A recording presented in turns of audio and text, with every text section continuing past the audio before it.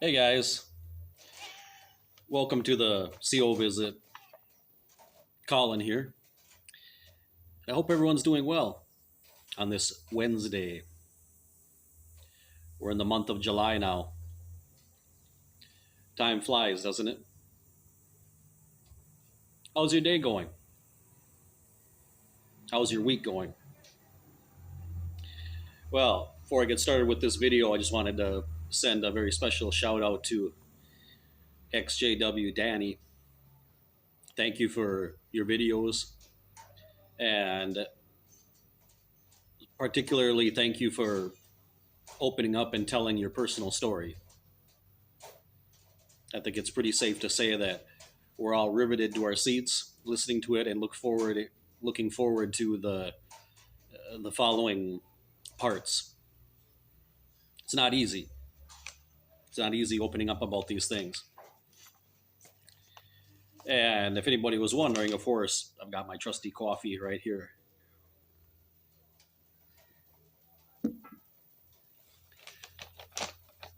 Topic that I wanted to bring out today, I think, is one that takes in to account a very broad group of people as far as age groups. If you were at all involved with the Jehovah's Witness organization from the decade of the 50s up until the early 2000s, then you would remember a lot of this information very clearly. But particularly those who were active or being raised in the organization, particularly in the decades of the 50s through the 90s.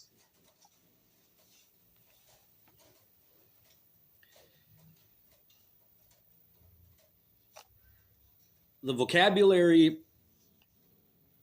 and the focus that the writing department and the Watchtower organization and the governing body put on the United Nations changed radically during this time period.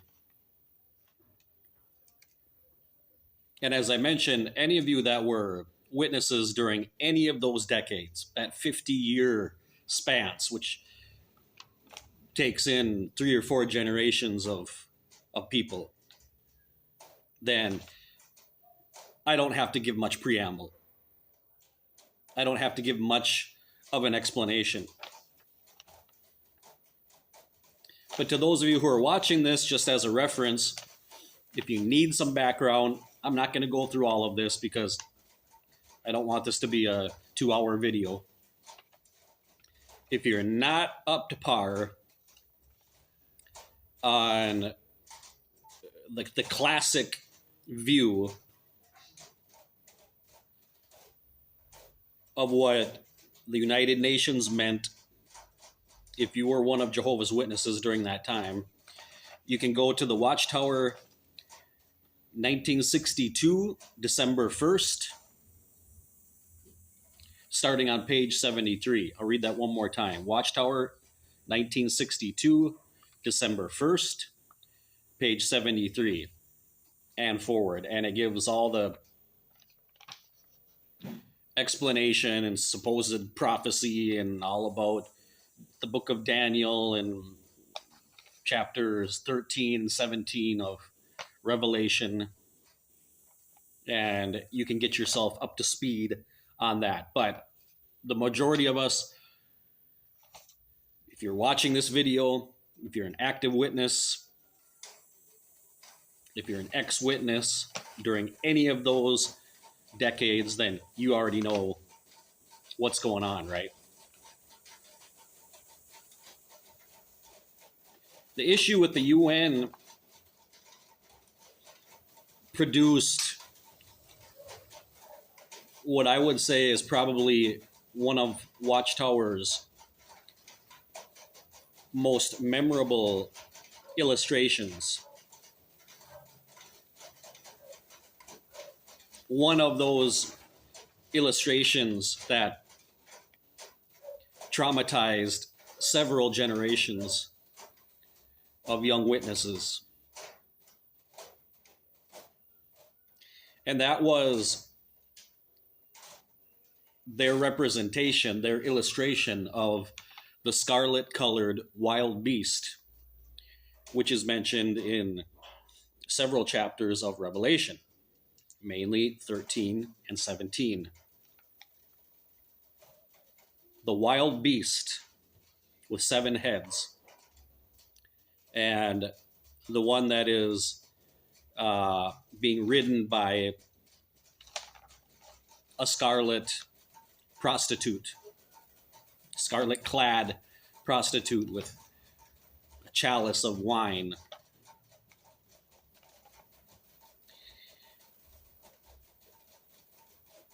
Anybody who was growing up as a witness during that time period that I mentioned knows exactly what the application that was given to the wild beast. The wild beast that would, in the end times, put a mark on the right hand or on the forehead of its followers and supporters in a symbolic sense, right? It first represented during World War I the failed League of Nations, when the beast received this death stroke and then it was brought back to life. After World War II, the League of Nations was reorganized and it came back as the United Nations. And this is what is represented by the 7-headed, scarlet-colored wild beast in the book of Revelation. And it is represented by its number, the man's number, 666, 666.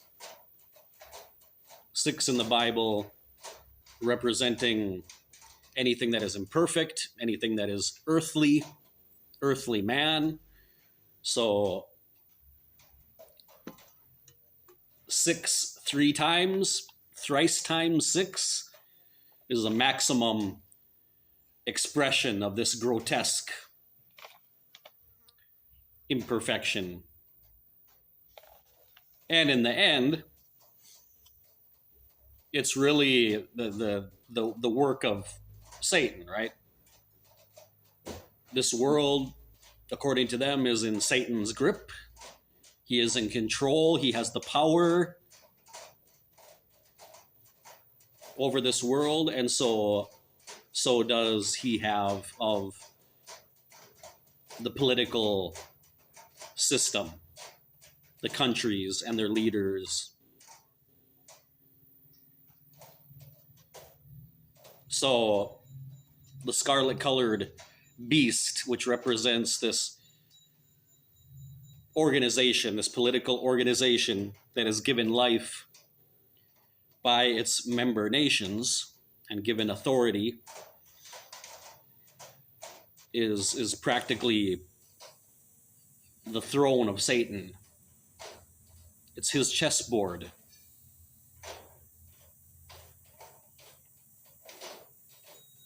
So anybody that grew up during that time knows why Jehovah's Witnesses have or had, I don't know if it's still quite as strong, but definitely had such an aversion to anything having to do with the United Nations. The symbol of that building in New York, the United Nations headquarters, which is also in the Revelation book. All the flags, the UN symbol in itself is the beast. 666, Satan's throne.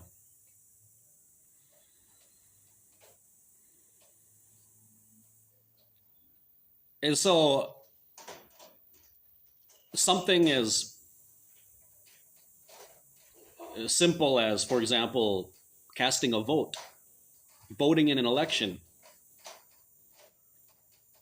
will get a Jehovah's Witness disfellowshipped. Or doing any kind of, and this is, I'm just talking about a local level, doing any type of activism or supporting a candidate, or, you know, going out handing out pamphlets and things like of that sort. That would most likely, in most cases, that would be considered a type of apostasy and would get you disfellowship, because that would be disloyal to Jehovah. That would be putting your trust in some earthly man or organization to do what rightly belongs to Jehovah. Now, if that could get you disfellowshipped, imagine what would happen if an organization or a person were to affiliate themselves with the UN.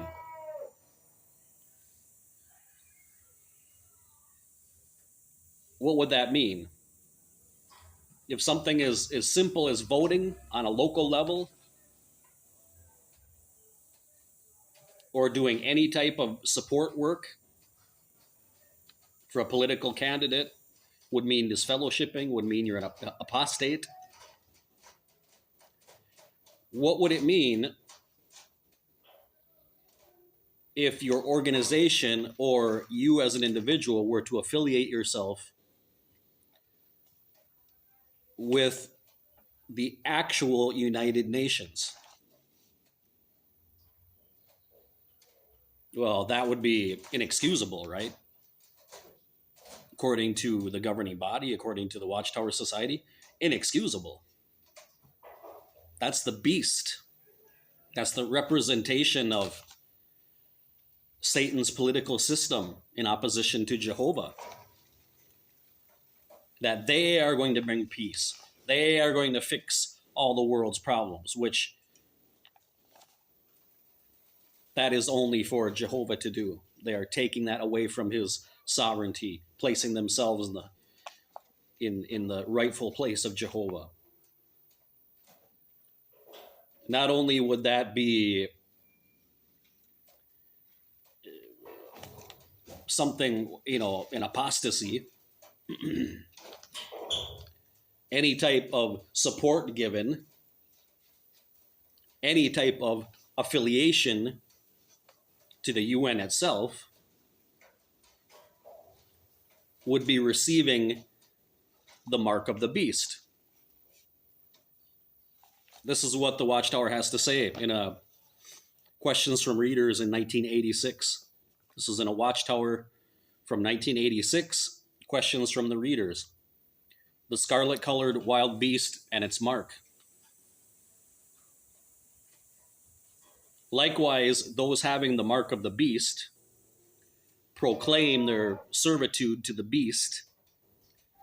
Thus, the mark, whether on the right hand or on the forehead, or let's say in this case, I interjected this myself, a signature on a contract, figuratively speaking, is a symbol that identifies its bearer as one who gives worshipful support to the beast-like political systems of the world. Those having the mark give to Caesar that which rightly belongs to God. How? By giving worshipful honor to the political state, its symbols, and its military might, to which they look for hope and salvation, and worship they render the true God is merely lip service.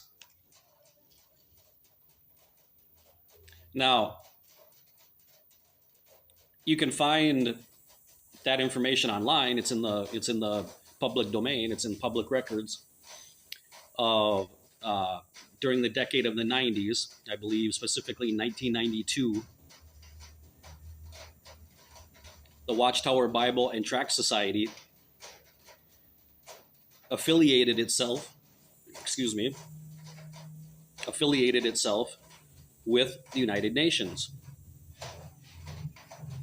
became a supporting member in order to gain access to the UN libraries. Now, a Jehovah's Witness might argue that, well, they weren't supporting them, they just needed to go through that. It was mere formality in order to get access to the libraries. Okay.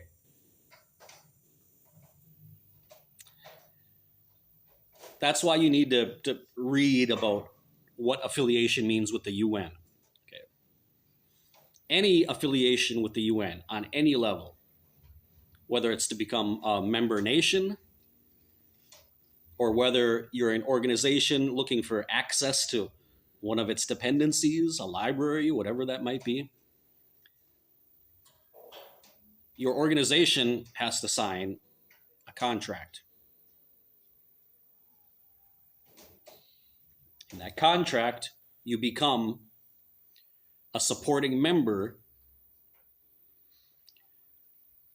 as in this case, a non-governmental organization, okay, the NGOs, right, non-governmental organizations. And in that contract, it gets sent to the UN. The UN reviews it because you have to be in compliance with certain expectations. In being a supporting member, a non-governmental NGO, you have to support and work in accordance with the vision and the mission statement of the United Nations.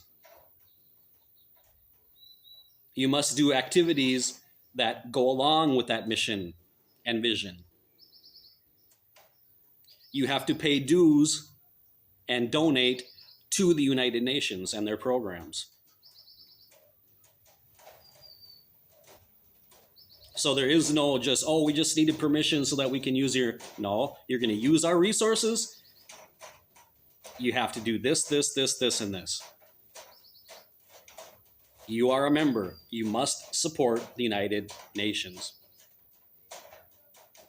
And so now, during a 10-year period,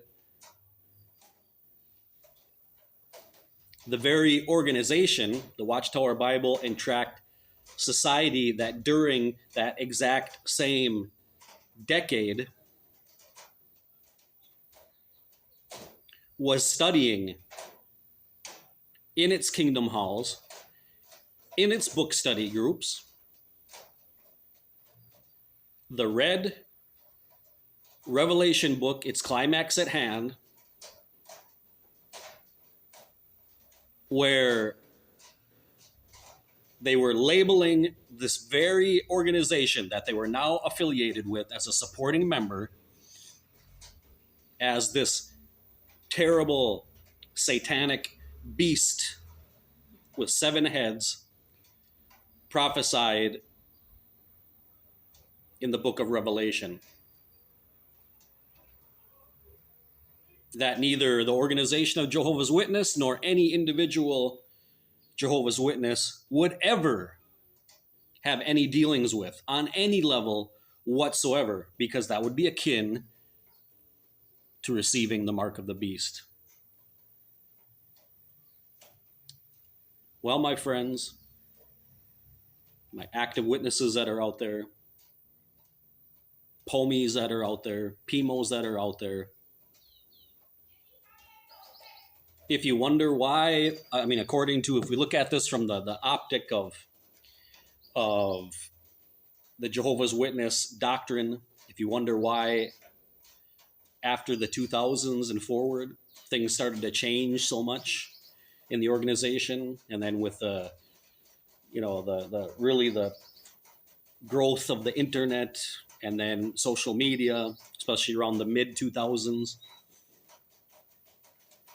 why the organization started to change so much, why all the scandals, why all of the lawsuits, why all this information coming to light now. Well, it's because from their own words. You see, what did the organization at the meetings, what did they emphasize so much all the time that the Bible says? One of their most famous scriptures that they love to talk about, especially with things like this.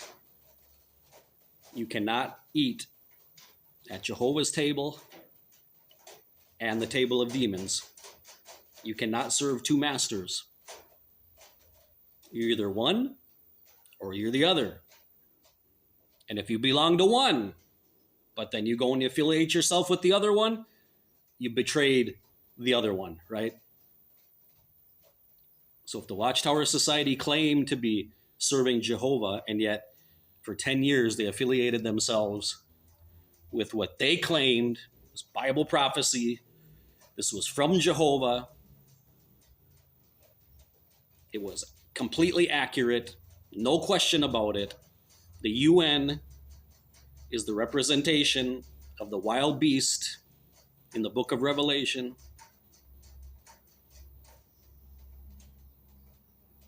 In that moment, when they signed that contract, they received a mark on their hand and their forehead, and they were no longer representing Jesus Christ and his Father. They no longer, if they ever did, doesn't mean that they ever did or that they ever were, but certainly not after that point. They tried to hide it. They were quiet about it, but that doesn't change the fact that it happened. They received the mark of 666 on their hand or on their forehead. Probably on their hand, because that's what they used to sign the contract with. Making themselves servants of Satan. Does that put things into perspective for you? Does that make sense now? There's no, this is black and white. Once you go down that road, there's no going back.